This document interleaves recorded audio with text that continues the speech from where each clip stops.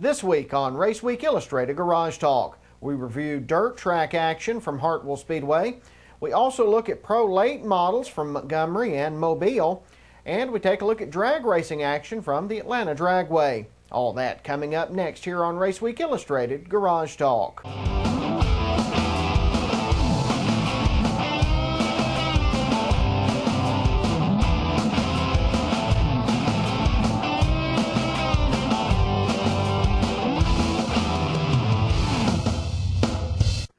Hi folks, welcome to Raceweek Illustrated Garage Talk. I'm Brandon Reed. Thanks so much for being with us this week. We've got a lot of information to bring to you, so let's get started with today's headlines. Grant Jordan scores his first crate late model victory in 3 years Saturday night at Hartwell Speedway in Hartwell, Georgia. Justin South swept the twin 60-lap pro late model features at Montgomery Motor Speedway in Montgomery, Alabama. Toby Porter and Justin Sorrow each won in late model double features at Greenville-Pickens Speedway in Easley, South Carolina. And Tony Knowles wins his second straight super late model victory Saturday at Dixie Speedway in Woodstock, Georgia. For more on these and other stories, visit us online at raceweekillustrated.com. Our lead story, fans were treated to an action-packed night of dirt track action at Hartwell Speedway in Hartwell, Georgia last week, with a pit area full of cars set to do battle on the North Georgia clay. It was a chilly night in Hartwell, Georgia, but that didn't keep the fans away. They were kept warm by the hot action on the 3/8 mile dirt track with a full slate of racing on tap. In crate late model action, Grant Jordan jumped out to the early lead, but would see that early advantage go away when Colby Cannon went around in turn 2, with the cars of Bryce Alewine and Cole Hardy becoming involved as well. After a red flag condition to reset the field, Jordan and Frankie Beard would do battle on the restart for the lead. Jordan would move away into the top spot, with Beard giving chase in second and Danny Sanders moving to third. Over the next 11 laps, Beard would look for daylight around Jordan several times, with Jordan managing to hold him off each time. A near miss here on lap 12 when Beard slows for a caution. He's almost slammed into from behind by Sanders. Everybody gathers it up, however. Drew Collins brought out that caution for a spin on the front stretch. He continued on. Jordan would hold the lead again on the restart, but Beard wasn't ready to give up. With 4 laps to go, Beard gets a strong run on the inside of Jordan, but he can't make it stick. As the top 3 enter the final lap, they close up nose to tail. Off turn 4, coming to the checkered flag, you can throw a blanket over the leaders, but it's Jordan holding on for the win. It's his first in 3 years. Beard comes across in second with Sanders in third, Nathan Bray in fourth, and Cannon recovering from that spin earlier to finish in fifth. In modified street action, Jeremy Jones and Chris Jones battled side by side for the early lead. The leaders tangled, with John Teasley becoming a part of it. That allowed Charlie Burrows to move to first with Michael Seegers in second, Brandon Puckett in third. Teasley would slow on the front stretch, bringing out the caution. Burrows would hold the lead on the restart, with Chris Jones making up lost ground. He moved to third on lap 3 and would start working on second place. Lap 5, Puckett slips. That allows Jones to get by. 1 lap later, he was looking for the lead when Teasley spins again off turn 4, drawing another caution. On the restart, Burrows holds the lead again with Jones. He was not to be denied. Off the second turn, Jones charges into the top spot. While he moves away over the closing laps, Burrows and Puckett swapped second place back and forth. At the checkered flag, it was Jones scoring the win, with Burrows in second, Puckett in third, Richard Jones in fourth, Seegers was fifth. On to stock V8 action now, where Danny Murray grabbed the lead off the start, but got loose off turn 2, allowing Josh Bates to move to the lead. Bates saw that lead go away with a spin in the third turn, drawing the caution and setting up a complete restart.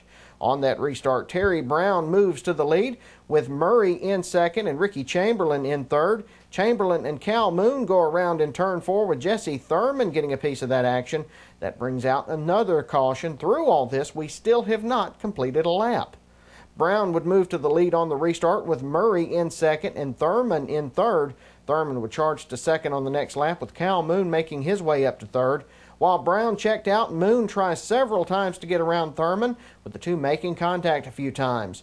When the checkered flag flew, it was Brown with the win. Thurman and Moon raced side by side down the backstretch for second, with Thurman getting the position at the finish line. Moon was third, followed by Bates in fourth and Murray in fifth. The wildest action of the night occurred during and after the Stock 4 feature. It started with 3 wide racing on the drop of the green going into turn 1 with Cy Strickland coming away with the lead, followed by Jeffrey Lord and J.J. Garrett. The action would be stopped twice for caution flags, both drawn by spins by Mike Little. Strickland would return to the lead on the restart with Lord and Garrett giving chase. Garrett looks for second around Lord. Lap 4, Lord goes around, bringing out another caution. Strickland moves back out front on the restart with Garrett in second and Ryan Bowles in third. The caution flies again as Brent Couch spins off turn 4. It would come out again when Kevin Tullis slowed to a stop on the front stretch with a flat right front tire. It came out yet again when Sean Thomas got into the wall, coming off turn 2.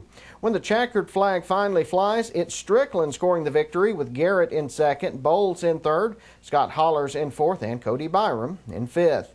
But the action wasn't over yet as a scuffle breaks out at the Scale House, drawing a big crowd to watch the Slamboree action.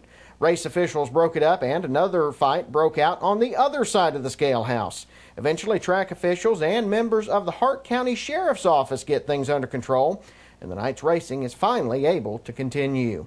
In the Young Guns feature, Peyton Freeman jumps out to the early lead with Travis Hubbard moving to second, Mason Tucker tucked in third. 1 lap later, Tucker moves to second and begins closing on the leader. Lap 6, Mitchell Ledford slows on the backstretch, bringing out the caution. On the restart, Freeman and Tucker would continue their battle for the top spot. 1 lap later, Freeman and Tucker tangle on the front stretch, sending both spinning into the front stretch wall. Both end up stuck in the mud on the inside of the track, and they need help to get going again. That moves Travis Hubbard to the lead. He would go on to be flagged the winner, but a tussle after the race led to his disqualification. That handed Jeremy Hicks his first win. Jessica still finished in second, Freeman was third, Tucker was fourth, Ledford finished in fifth. In limited late model action, Bubba Russell is obviously in a hurry here as he charges from his 4th place starting spot to take the lead on the first lap of the feature. The action slowed on the 2nd lap when a flat left front tire on Wesley English's car causes him problems off turn 2. Russell soars back to the lead on the restart with Parker Herring moving to second and Shane Yarborough in third. Herring would close in several times over the next 20 laps as he tried to challenge Russell, but Russell has none of it. He holds him off each time. Lap 20, Herring catches Russell again and looks for daylight around the leader. Coming to the white flag, Herring gives it one more shot, but he can't make it happen. Russell scores the win with Herring in second, Yarborough in third, Keith Freeman in fourth, and Anthony Kraft in fifth. In the up fronts feature, Seth Brown jumps out to the early lead with Trey Chapman and Keith Hicks giving chase. Chapman tries for the lead in turn 4 only to spin up the track, drawing the caution. On the restart, Brown moves back to the lead. Morris Lester moves up to challenge for the first spot a couple of laps later, with Chapman moving into the fight as well. Things would come to a head when Lester spins off turn 4, bringing out another caution. On the restart, Chapman challenges Hicks for the lead, taking the top spot off the 4th turn. A scary moment here as Brown slows suddenly off turn 2. Joel Powell Sr. spins while trying to avoid him and hits the inside wall head on. Powell was okay, but his night was over. Meanwhile, up front, Chapman goes on to score the win. Mike Mosley finishes in second with Hicks in third, Brown in fourth, and Josh Wells in fifth. Let's hear from the winners. Well, we had a real good race car. We qualified bad and just overcharging the corner getting in, but had a real good car in the race and got by Wesley down the back straightaway coming off 2, and then Parker pushed down here in 3 and 4 and got by him, and that was the end of it. Did you have any worries seeing Parker close up on you on those final laps? Nah, it's hard to pass, especially with the racetrack like it is, right around the bottom. But Parker, he'll run you clean. Really, the only way to pass is just get into somebody, and I knew he wasn't going to do it, so I knew we had a good race. Who are some of the folks that help you come out in here and race every Saturday night? My father, Russell Farms, my business, Russell Well Service, and my wife and kids, and just all family ordering. It was all right to start up front, and I thought the caution would come out at first when he first spun out, but I don't know what I was thinking. The light was still green. I fell to the back and made it back up through there. How good is it to get a win on a cold night in Georgia? Oh, good. Anytime you can get a win. Who are some of the folks that help you get the job done here? Joe Nash back here. He owns the car. I just drive it and help him work on it, but he owns it. And sponsors. Yeah, it's been a long time. That was a good win for us. Qualified good, got up on the front row, so that helps a lot. So, yeah, it's been 80-something races since we won a race. We run every weekend, so. Well, it's good to have the dry streak over, but man, we could have thrown a blanket over you guys coming to the checkered flag. Did the two have you worried back there a little bit? Oh yeah, I seen him a few times get up on the door here, so the car done got loose getting in, so I was having to break it down a little bit getting in turn. So worked out good though. It was a hard fought win. Track's kind of crazy tonight. I've really never been on anything like it, but we got a new car and we're just trying to get everything right on it. I'm in the Marine Corps. I've been away. This is actually my first race this season, so it was good to be back in the car, and we just got to get back in the groove of things. I think we got a lot more wins coming for this season, so I'm looking forward to it. Well, we been working on the car, getting it running a little better, and on the suspension too, and handling better, and just had a good night tonight. How good is it to come out of here on a chilly night with a win? Oh, it's wonderful. Couldn't be no better. I'd like to thank all our sponsors, Brown's Frame Shop, Eccles Auto Sales, Upstate Curb, Windows, and Rock Hill Farms. My dad just passed away the other week, so, you know, this was for him. We've got to take a quick break. When we come back, we'll be taking a look at action from Sonoa Raceway in Sonoa, Georgia, along with results from around the region. You're watching Raceweek Illustrated Garage Talk. We'll be right back.